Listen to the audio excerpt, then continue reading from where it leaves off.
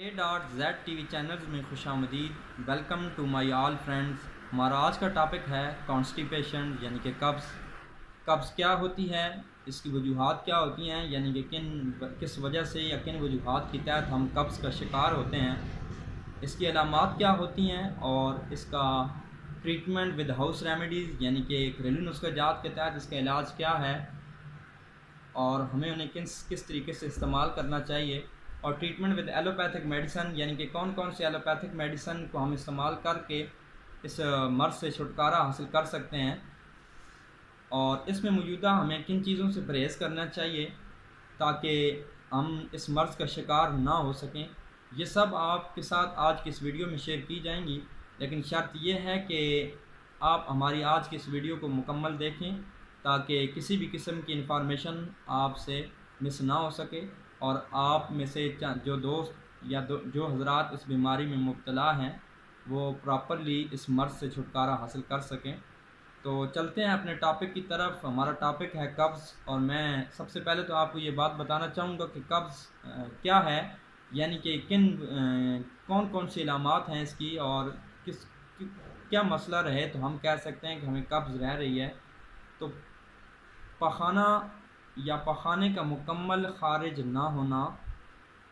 तौर पर ख़ारिज ना होना कब्ज़ कहलाता है। यानी कि 24 घंटे के बाद, जो कि हमें एक नॉर्मल इंसान को दिन में 24 घंटे के बाद एक मरतबा पखाना आता है, उसके टाइम में कमी बेशी को कब्ज़ हम कह सकते हैं। यानी कि 36 से 48 घंटे के बाद जिन लोगों को पखाना आता है, चाहे वो पखाना सख्त आता है या नरम आता है, अगर वो एक हेल्दी फूड इस्तेमाल कर रहे हैं और उन्हें पखाना मुकम्मल तौर पर ख़ारिज नहीं हो रहा, तो इसे कब्ज़ कहते हैं। और कब्ज़ की दो किस्म की इकसाम होती हैं, एक होती है दायमी कब्ज़ और एक होती है नॉर्मल कब्ज़। नॉर्मल कब्ज़ कोई इतनी इशू वाली बात नहीं है, ये नॉर्मली ख़ुराक की वजह से या बाज़ औक़ात खाना पीना ना खाने पीने की वजह से भी हम कब्ज़ का शिकार हो सकते हैं। लेकिन जो दायमी कब्ज़ है, जो पुरानी कब्ज़ है, जिन लोगों को मुसलसल मसला रह रहा है या वो लोग इसको सीरियस नहीं ले रहे हैं, तो मैं उन्हें ये बात बताना चाहता हूँ कि ये एक नहायत ही ख़तरनाक चीज़ है। जैसे कि फरमाया गया है कि कब्ज़ 100 बीमारियों को जन्म देती है, यानी कि बहुत सी बीमारियों को जन्म देती है। 100 का लफ्ज़ यहाँ पर जमा के लिए यूज़ किया गया है। तो आप दोस्तों से दरख्वास्त है कि इस मामले को सीरियस लें और अपनी सेहत का ख्याल सबसे पहले रखें, क्योंकि सेहत है तो सब कुछ है। तो चलते हैं कब्ज़ की वजूहात की तरफ कि कौन कौन सी वजूहात होती हैं। फ़र्स्ट ऑफ़ ऑल डिहाइड्रेशन है इसमें, यानी कि पानी की कमी की वजह से भी कब्ज़ रहती है। यानी कि हमारे वो दोस्त जो पानी बहुत कम इस्तेमाल करते हैं या प्यास लगने पर ही पानी ज़रूरत के मुताबिक पीते हैं, तो वो लोग अमूमन कब्ज़ का शिकार रहते हैं, या अगर नहीं भी रह रहे तो आहिस्ता आहिस्ता वो इस मर्ज़ की तरफ मुब्तला होते चले जाते हैं। और सेकेंडली फ़ाइबर्स की कमी, यानी कि फ़ाइबर्स का कम इस्तेमाल करना, फ़ाइबर्स वाली खुराक का कम इस्तेमाल करना या फ़ाइबर्स वाली चीज़ों की कमी होना बॉडी में मौजूद। और इसके अलावा है विटामिन्स, यानी कि मुख्तलिफ़ विटामिन, स्पेशली विटामिन B6 की कमी होने की वजह से भी कब्ज़ रहती है। और इसके अलावा खून की कमी, यानी कि अनीमिया, वो लोग जिनमें अमूमन खून की कमी होती है, स्पेशली लेडीज़ जिनमें खून की कमी होती है, वो अमूमन कॉन्स्टिपेशन के शिकार होती हैं। तो अब चलते हैं इसके परहेज़ की इलामात की तरफ। इसकी इलामात ये हैं कि पखाने का सख्त होना, यानी कि पखाना ख़ारिज होते वक्त पखाना सख्त हो और पखाने वाली जगह पर शदीद दर्द हो और पखाना मुकम्मल ख़ारिज ना होना। नंबर 3, पखाने का थोड़ी सी मिकदार के साथ दिन में 2 से 3 मरतबा ख़ारिज होना भी कब्ज़ की एक बहुत बड़ी निशानी है। और पखाना करने के बाद मुकम्मल तौर पर फ्रेश ना होना भी पखाने की इलामात में शामिल है।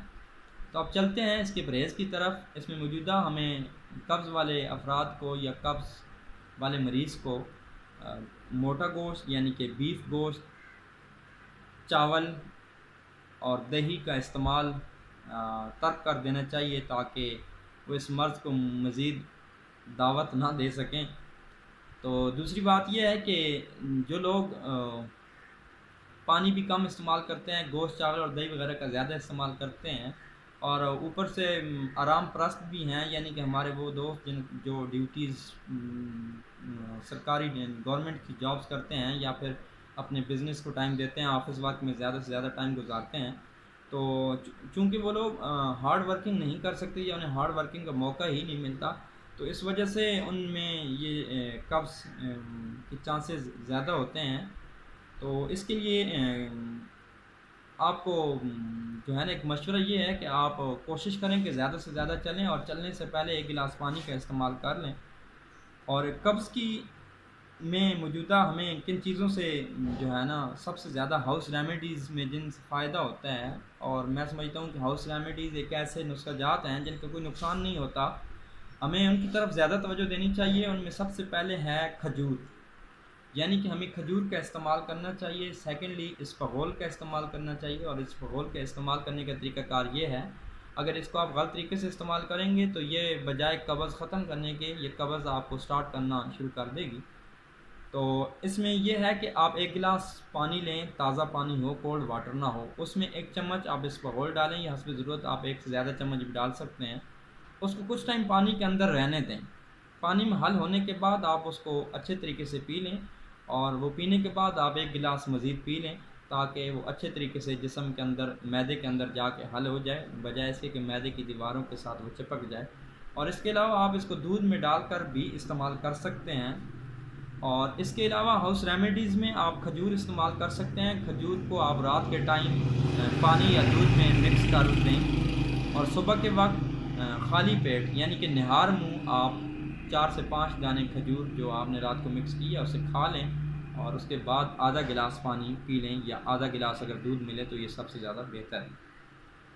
सेकेंडली आप सब्ज़ियाँ, ख़ास तौर पर हरे पत्तों वाली या चौड़े पत्तों वाली सब्ज़ियाँ जैसे कि खीरा, कुकम्बर्स, गाजर्स, मूली और शलगम शामिल हैं इसमें। इसका इस्तेमाल ज़्यादा से ज़्यादा करें, ये भी बहुत एक मुआविन चीज़ है। और इसके बाद आप देसी घी का इस्तेमाल एक कप दूध में आप 1 चम्मच रोज़ाना के हिसाब से ले सकते हैं, इससे भी आपको काफ़ी फ़ायदा होगा। अब चलते हैं ट्रीटमेंट विद मेडिकेशन, यानी कि एलोपैथिक मेडिसन के ज़रिए हम कौन कौन सी मेडिसन यूज़ करके हम इस बीमारी से छुटकारा हासिल कर सकते हैं। तो उसमें सबसे पहले है लेक्साबिरोन टैबलेट, स्कीलेक्स टैबलेट का इस्तेमाल करके भी हम कब्ज़ से छुटकारा हासिल कर सकते हैं। लेक्साबिरोन सिरप भी इसमें मौजूद है, अवेलेबल है, जैसे कि लाइलैक सिरप वगैरह, लैक्टोलोज और लेक्साबिरोन सिरप्स वगैरह मौजूद हैं। आप इन चीज़ों का इस्तेमाल करके इस मर्ज़ से छुटकारा हासिल कर सकते हैं।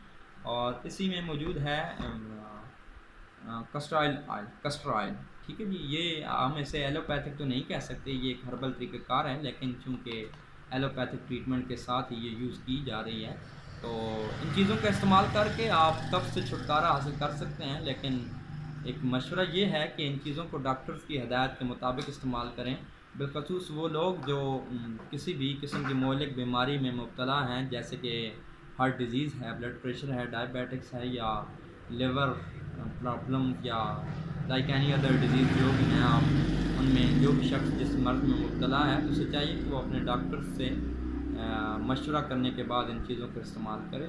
और अगर आप दोस्तों को हमारी आज की ये वीडियो पसंद आई हो तो हमारे इस चैनल को सब्सक्राइब करें और हमारी वीडियो को लाइक करें।